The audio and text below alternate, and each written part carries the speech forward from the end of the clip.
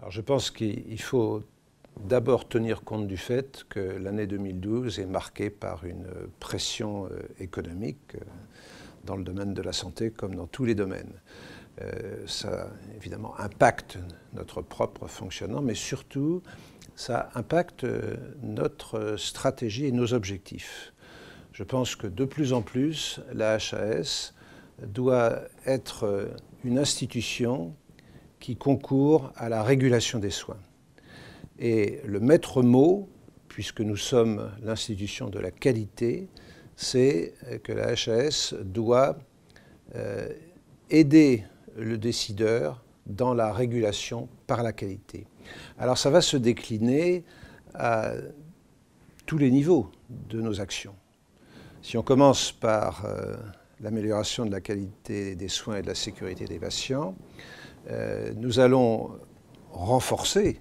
nos actions pour améliorer la sécurité des patients avec la poursuite de la certification, mais avec la poursuite de la réflexion en cours pour déboucher sur la certification 2014, avec une certification plus centrée sur l'opérationnel, sur le management, sur les zones à risque, sur les équipes de soins. De la même façon, nous allons travailler encore plus sur l'accréditation des professionnels et le développement professionnel continu, en nous appuyant sur les recommandations qui sont de plus en plus des recommandations pratiques,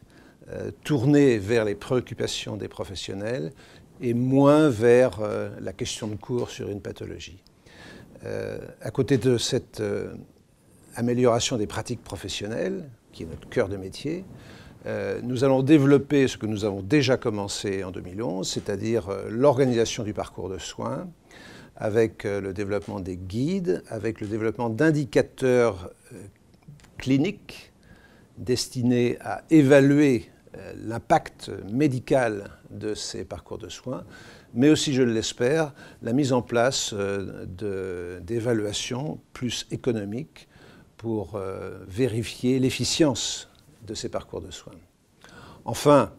l'évaluation des produits de santé elle-même fait partie de la régulation des soins. Nous allons nous attacher à définir les meilleurs produits de santé, les meilleurs médicaments, les meilleurs dispositifs médicaux par comparaison à ce qui existe, dans le but d'infléchir les prescriptions des professionnels de santé en associant nos recommandations sur la qualité des produits de santé et les recommandations pour les professionnels de santé pour les mieux utiliser.